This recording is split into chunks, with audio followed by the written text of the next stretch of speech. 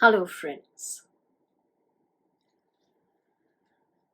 Recently,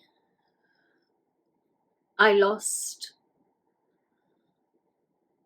a very dear teacher of mine, a very dear teacher of a large number of us, someone who was responsible for bringing to us the knowledge and the wisdom and the deep insight about match flower remedies. I gained a lot from him. And were it not for him, I think this wonderful alternative healing therapy method might have stayed unknown to me or known to me very little. And after our dear teacher, Ashok Hingorani,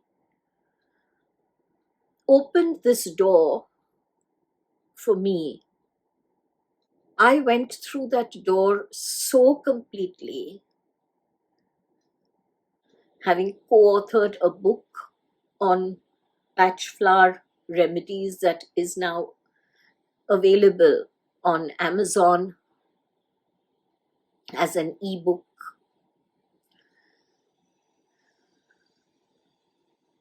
I'm coming up with a set of cards, again with my friend Jogita, which shall soon be available to you. And none of this would have been possible without Ashok having opened that door. And many of us were very shocked at his sudden passing and very saddened because he was truly a mentor to many. This once again made me think about life and death and how we are still unable to view death from that perspective of higher wisdom. We know that this is only the body, and it is only this that is destroyed, that the soul is indestructible, that the soul is immortal. We know that. But at a very deep level, this universal wisdom takes very long to become 100% knowingness. We all know that each one of us is going to die someday. And yet, death has such a deep hold over us. Some fear their own death, are unable to come to terms with the fact that they shall die someday. Some fear that they shall die alone. Some fear that death shall take away their loved ones from them. There is so much about death, so many layers about death that you and I, as human beings, I believe, still have to unfold. There's so much about death that eludes us as genuine, authentic, innate wisdom.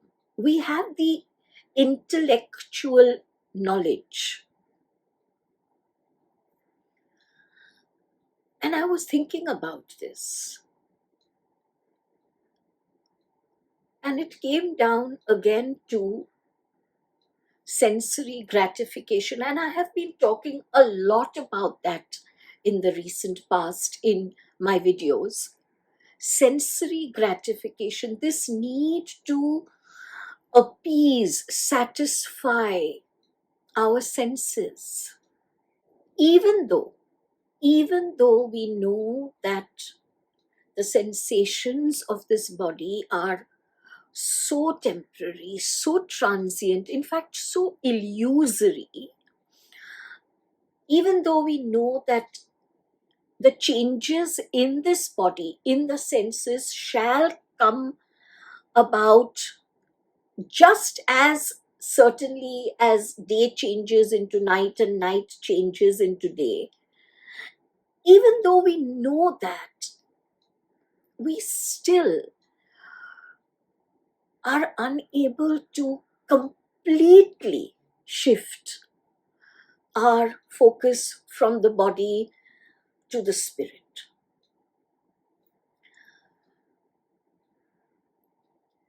And the intellectual process of knowing actually remains just that, the intellectual process.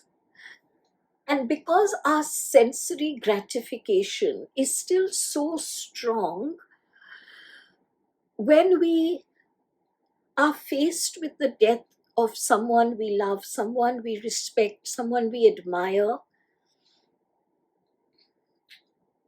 our perceptions take over, and our perceptions that this person is no more, that this person has now been separated from us. And these perceptions, these sensory perceptions, are responsible for our sadness, for our happiness, for other emotions. And sensory perceptions and sensory gratifications do not just stop at death. They pervade every aspect of our lives. And in fact, very often I have found that they make us take decisions, they make us take choices that are not necessarily good for us, empowering for us, enriching for us. And one of the areas where we tend to kind of go a little astray from our true nature is when we are constantly faced with this connection between our senses and our material possessions. Our material possessions are able to gratify our senses, I think, more than anything else can. Our relationships are able to gratify our senses more than anything else can. And these things, material possessions and relationships, really entrap us, really stop us from exploring the depth of our true nature. And I find that, at least in my journey, it has been that I kind of go deep into a space of understanding and a space of discovering my true nature, and then a certain incident takes place in my life which almost is there to test me, to make me aware that, hey, I need to learn a little bit more. I need to understand a little more in depth. And I'm certain that is the case with you. We really feel at certain times in our lives that we've got this, and that maybe now we won't be affected by X or Y or Z as much as we were in the past. And that actually may be true. Maybe the degree of the influence of that incident may not be as strong as it might have been in the past, but it is still present. It hasn't disappeared, it hasn't gone anywhere. And I think these incidents that happen in our lives, like the completely unforeseen, sudden, shocking passing of my teacher Ashok, these incidents are very important to me, I believe, are very important to all of us, because they open our eyes to the reality that we have still to attain that 100% understanding, that 100% consciousness. These incidents make us aware that there is still a lot of intellectualization that is taking place rather than a genuine cosmic awareness, a genuine consciousness of wisdom, and that our senses are still coming in our way. And because our senses are so potent and so strong in their connection with our relationships and with our material possession, that these aspects of our lives bring up anxiety. What if this person were to die? What if I were to lose a certain thing? What if I was to lose my job, my home, my career? And these are all very, very valid fears. Yes, if one takes a very high cosmic perception, these fears are unwarranted because they come from this illusory space of the ego, of the intellect, of the senses. But given that, and understanding that that is true, in our current everyday lives as human beings, these fears, these insecurities, these anxieties and uncertainties are also very real for us.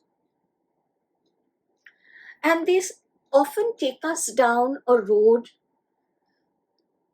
as I said earlier, of making choices that might not be very good for us, might not make us really happy.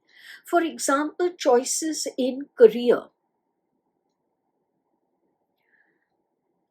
Our sensory gratification, which naturally leads us to thinking about making more money, gathering more material possessions, having that bigger house, having that extra car, having that influence in society, all of that makes us take decisions of following careers that somewhere down the line, when it seems as though now it's too late to make a change in the career,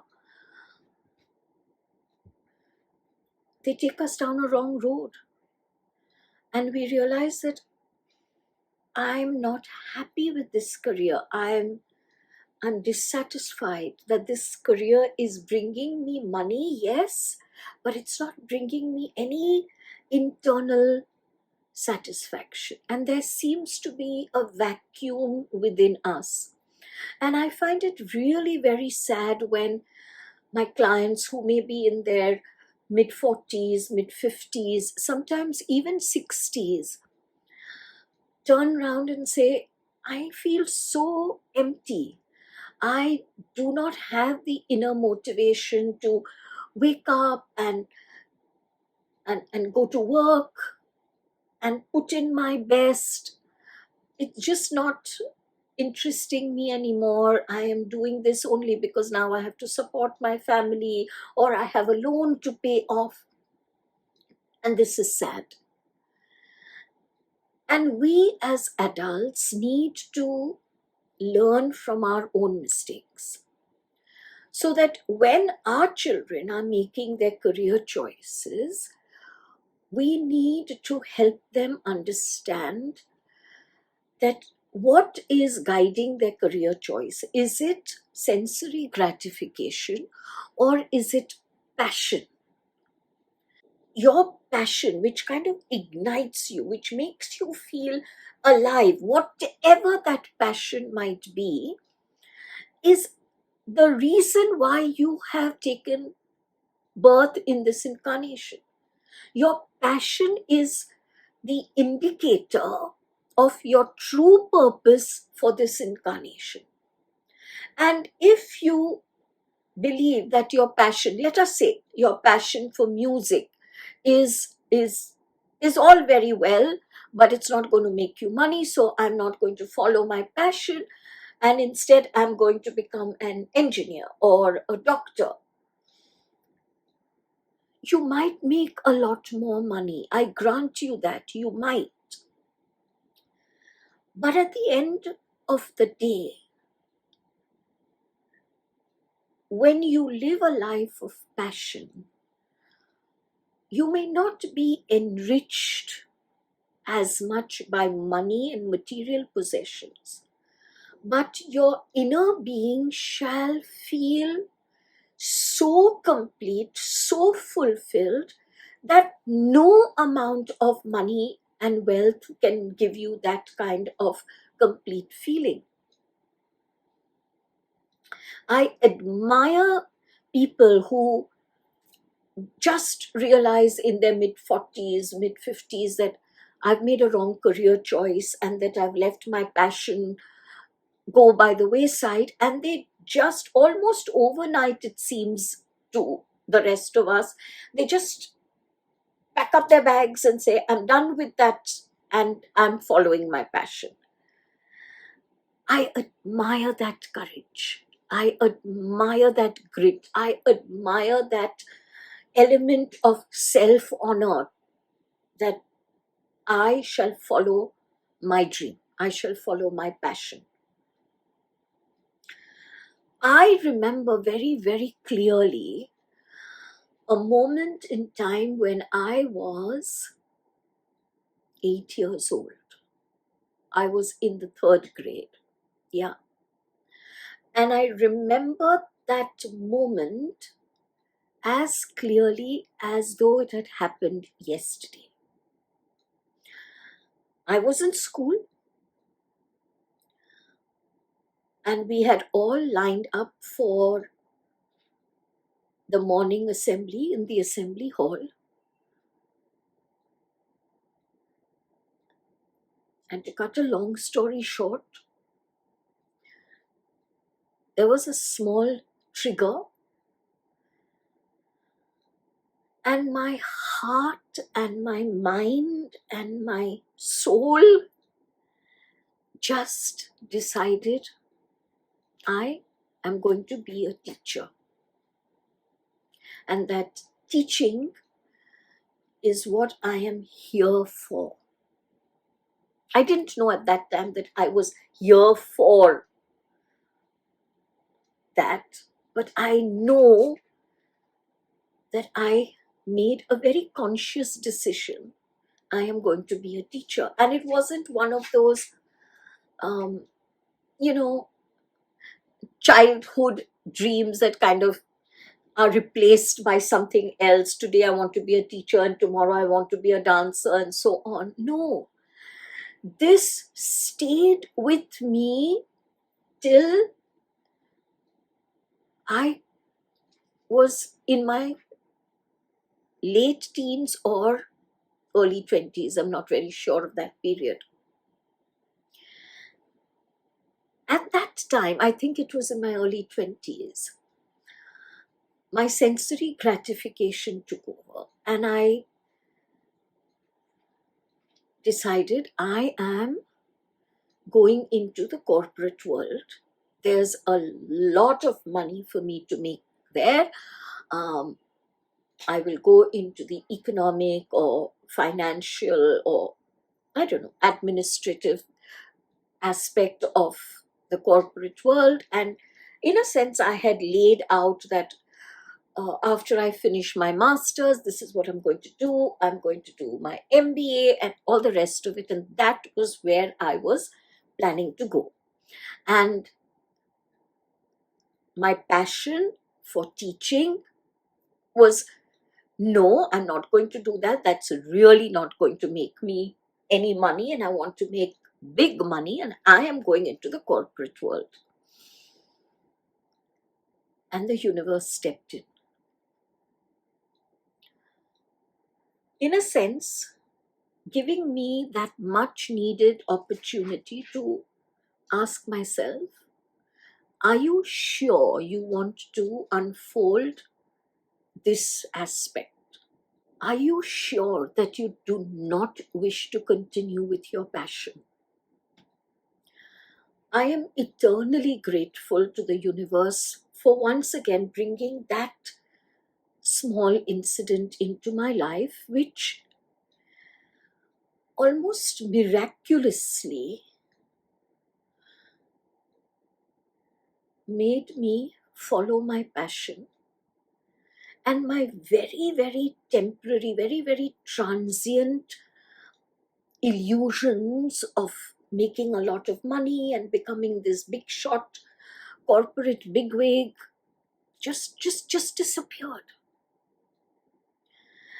And I spent blissful years as a high school teacher.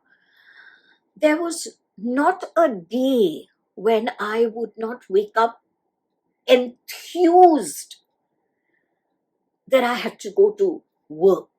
It wasn't work for me. I enjoyed it. I came back every day feeling energized, feeling so good within myself. It's almost as if the students shared with me their youthful energies, keeping me alive, keeping me young.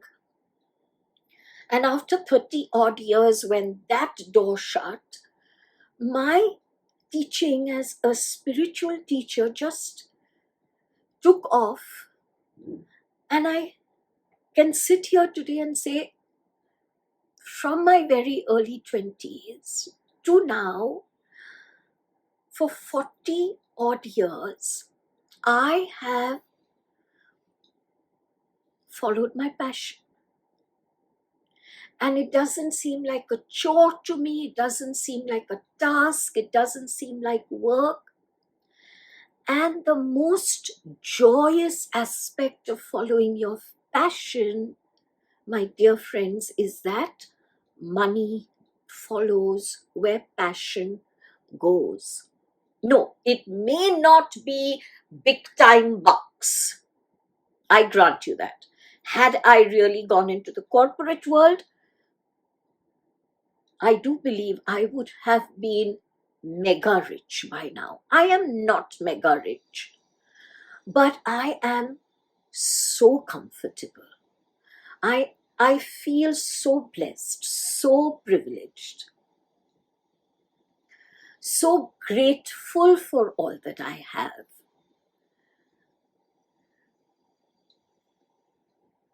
If I had those mega bucks,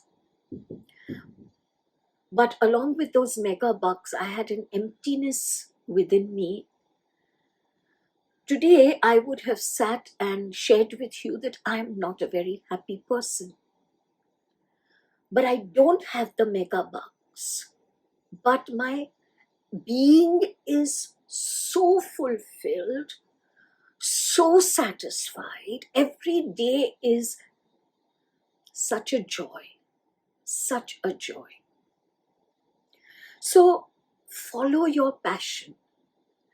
That sensory gratification does take us astray now and then, but if we can only remember that our passion is the purpose for what we have come here, we don't remember our purpose in life. And in fact, for those who make or ask me to make their soul chart reports for them, the journey of their soul, every single one of them, the first question they ask is, what is my purpose? Why am I here? And for those who know that what they are doing is completely in alignment with their purpose, that sense of, wow, thank you, that sense of gratitude, that sense of delight and thrill cannot be equated by anything else. And then there are those others who realize what their purpose is and realize that their work is not in alignment with their purpose. And so often I have heard them say, El, so often in life I have wanted to do this, but I did X instead. And I urge them and I tell them it's not too late. Even if you do not do it now as a career or as a profession, take it up as a very active hobby. But follow that. You never know where that hobby might take you. And when you follow your passion, your career, which for most of us has an up and down chart, will not matter as much when you face a down. Yes, of course, it will go through a bit of an up, a bit of a down. And that is what a career, business, professional chart is like for everyone. But when that business, career, profession is your passion, those downs will not make you depressed, will not take you into dark spaces of negativity, of acute fear and panic. You just put in greater endeavor in those periods when the career is showing a bit of a downslide, and you'll just move on. And because you don't go into that negative space, but in fact respond with just greater endeavor, the energies respond accordingly. And that which was down again begins an upward curve. And that is the joy of working with your passion. When you are working for sensory gratification, the downs make you panicked. The fear of loss, the fear of separation, the fear of what will I do now? How will I get this money? Makes you so tense that you go into very, very dark spaces within you. And sometimes these dark spaces within you make people take their lives, which is so sad. Because a person who has taken his or her life is a person who is not in touch with their passion. Their life seems so empty. They feel so lost, so confused. The inner pain is so deep and so strong because the energy of passion, that radiant energy of passion, is not present to light up their life. So if you are going through something like this, where you know that you have been working for sensory gratification and not your passion, please look at this and see how you can make passion a part of your life. Bring it into your life in some way or the other. And if you are seeing your own children go astray or a dear one go astray, help them to identify their passion, help them to bring their passion into their life in some way. And some time ago, we spoke of attachment. There is that video I've made on attachment. When you do anything that is a result of your passion, the result, the actual result, is not very important for you. Doing the work with that passion, that is more important than the actual outcome of that work. Because the outcome of that work may not be completely what you would have liked, but you're still happy because it's the joy of the activity, not the joy of the result. Whereas where there is sensory gratification, the thrill comes from the result. If it is positive, the anxiety, the grief, the depression, the darkness comes from the result if it is a negative.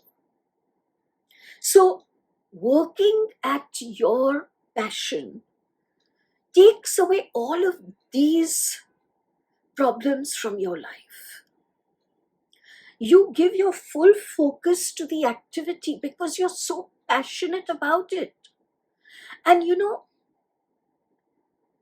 I have read many years ago about a lady who, and even as I read it, I kind of said, really? But then I realized it's her passion, it's not mine. She loved ironing clothes. Yeah, loved ironing clothes. And she had mastered the art of ironing clothes. And she felt a sense of completion. When she was ironing the clothes, it was like she was in a state of meditation. And that is what passion will make you feel. As though you're in this state of meditation. All your attention, all your focus, all your energies are on this activity and you're feeling full. Because she was so good at it, friends, family would always ask her, please, could you iron this one thing for me? It's so important for me to attend this function, this meeting. And she would joyfully do it. And then someone suggested to her, why don't you make this into a business? She said, make it into a business? Ironing clothes? And he said, yes, why not? And she said, why not? Let me try. I love doing it. Getting some extra pocket money will be a great thing for me. I'll enjoy that as well. So she started. She couldn't believe how quickly her business grew. Money follows passion. Joy follows passion. Where there is passion, where there is joy, where there is positivity, where there is fulfillment, your energies will begin to emanate that radiance, will begin to emanate that resonance. And that radiance and that resonance will find its like resonance and like radiance in the universal energies. And those energies shall come to you. It's really just as simple as that. It is not magic. It is a miracle in a different way. Miracle. Juxtapose those alphabets. RECLAIM. When you follow your passion, you reclaim your purpose. You reclaim your true nature. You reclaim the reason why you have taken birth. And that's the miracle. And when that miracle takes place, you become self-actualized. Now, self-actualization is not the same thing as self-realization. Self-actualization is a state where I have attained my goals. I have touched my potential very significantly. I feel fulfilled. My needs have been met. I feel self-empowered. That is self-actualization, where all aspects of my personality have been unfolded. The potential of my personality has been unfolded. And when that potential is unfolded, when my personality is radiant, that's the time I am ready to move away from ego and open myself to spirit. Self-actualization leads to self-realization. You can't attain self-realization if there is a vacuum within you, if there is an incompletion within you, if your potential lies completely uncovered and undiscovered. You cannot attain self-realization. So I know you're going to ask me, but what if I don't know what my passion is? I'm going to answer that in two ways. One is, everyone knows what their passion is. And why do I say that? I am not berating your statement that I don't know what passion is. No, I'm not. Passion is the energy that is emitted by the soul. It is emitted by the true purpose for which the soul has taken place and is you now and is me now. Your soul, you know your purpose.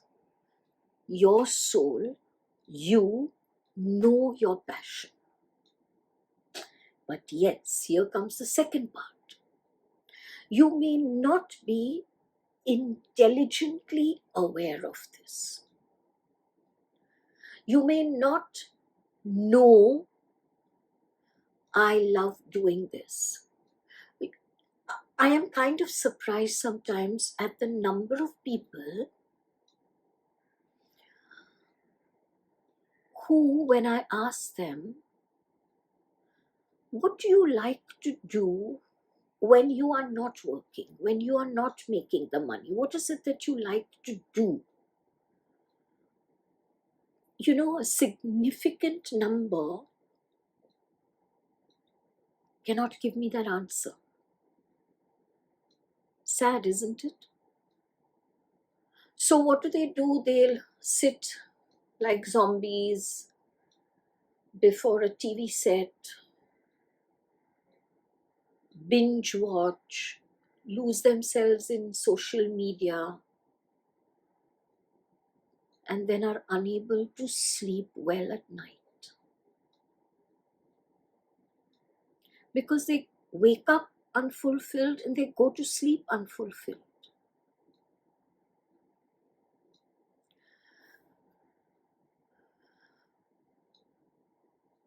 So you may not intelligently know what your passion is.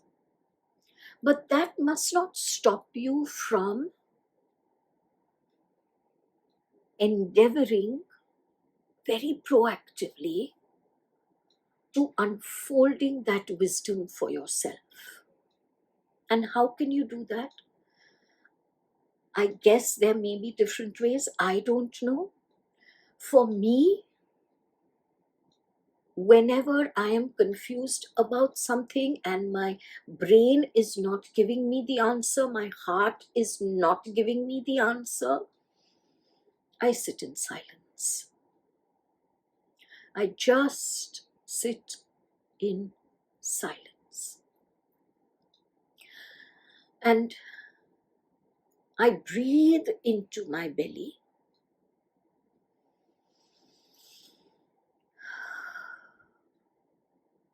trying to slow down my breathing, the inhalation and the exhalation, as much as I can, and putting out an intent to the universe. You already know the answer, the question rather, that I am struggling with. I am not standing in my way. I am not standing in your way. I am open and willing to receive.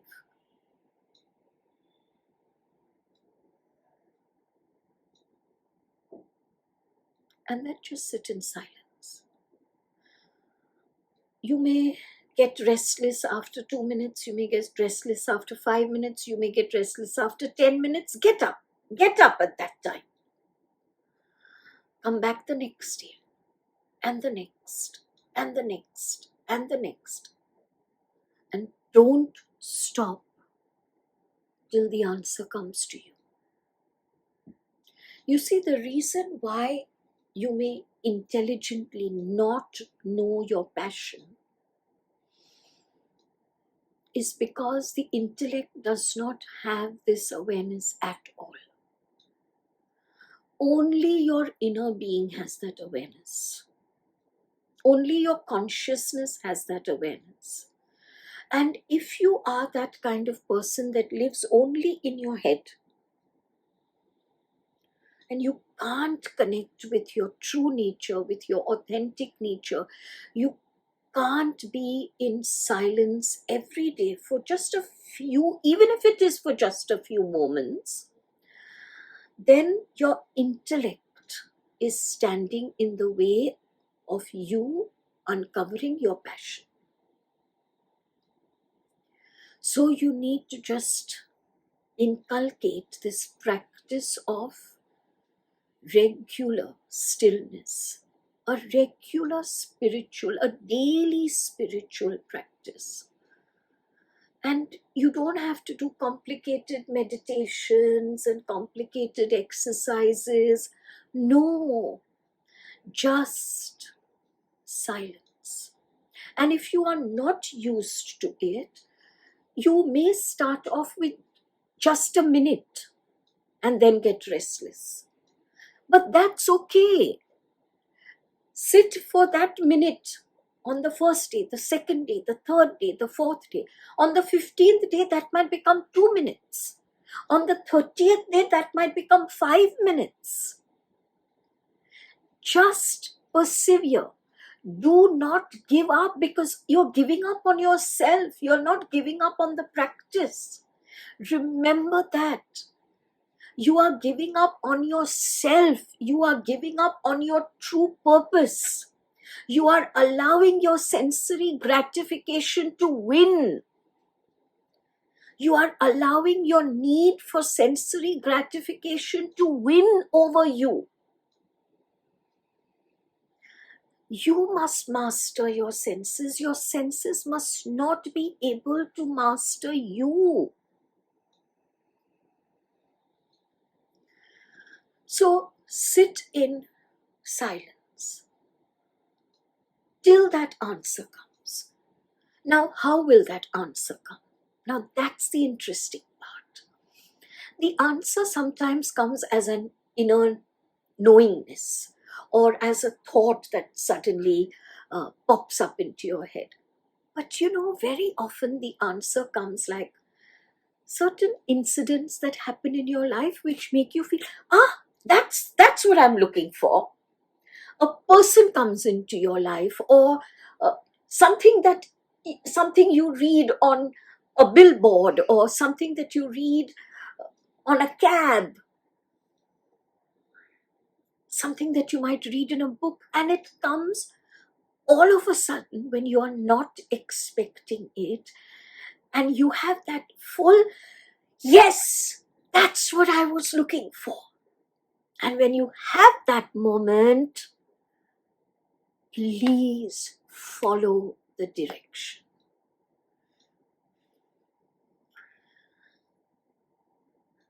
Because I can assure you what will happen is And it happens for so many. When that aha moment comes, you feel so excited for the first minute, 2 minutes, 5 minutes, maybe even 24 hours. And after that, the brain, the intelligence takes over and says, hey, buddy, come back to reality. There's no money in this. Come back to reality. Be more practical. Don't live a utopian life. Don't try and be idealistic. Isn't it sad we consider reality to be what our senses tell us it is? We don't consider reality to be what our spirit tells us it is. And when you live in ignorance of that, how can you live with passion in your life?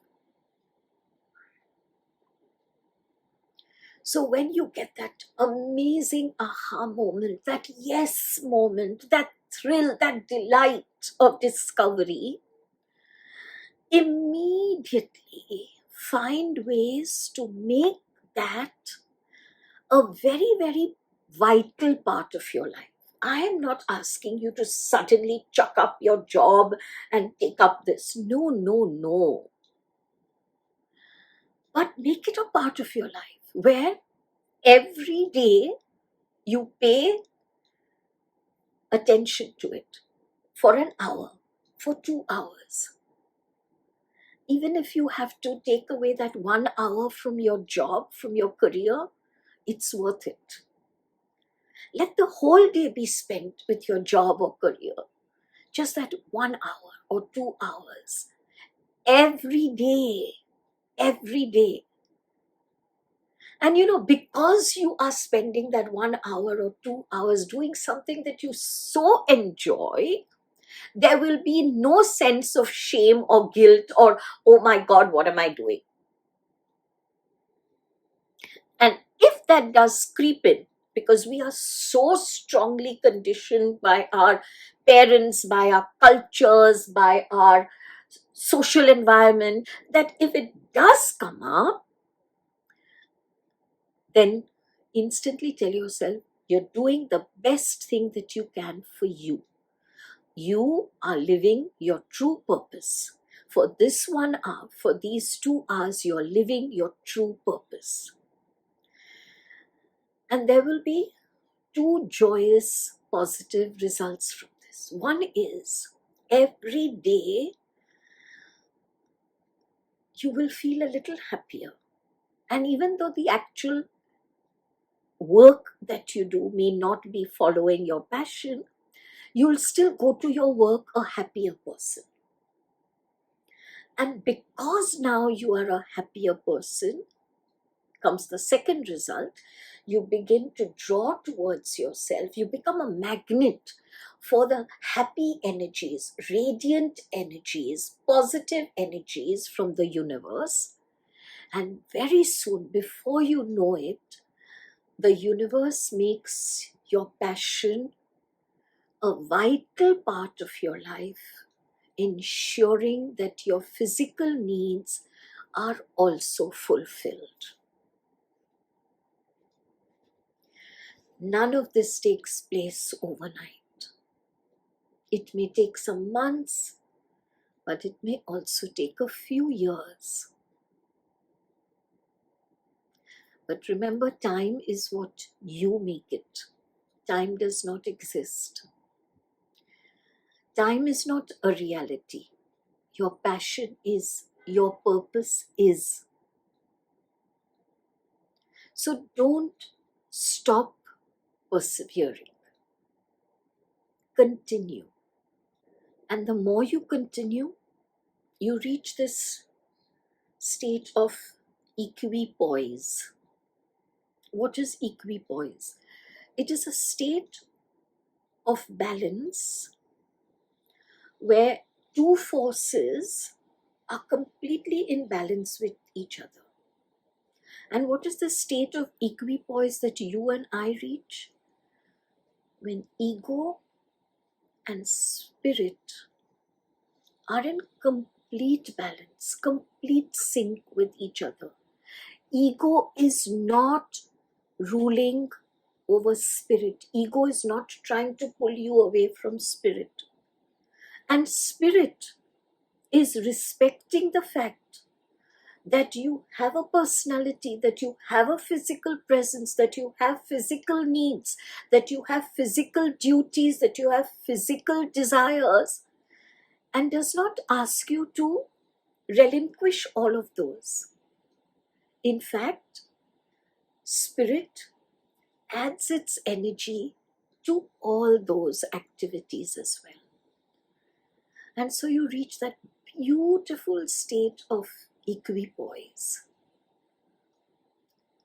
And once you reach that state, that there is so much peace, you don't have to do exercises to center yourself and balance yourself. It's the most natural, joyous outcome. And I pray that that outcome shall come for you. And before I end this video, I would once again like to send all my love and all my gratitude and all my deep respect to my teacher, Ashok Hingorani. Ashok, I know we shall meet again. But till then, I doff my hat to you in respect, in love, and in admiration. Thank you for opening some beautiful doors in my life. Thank you. And thank you, my dear friends. Big, big hug to you.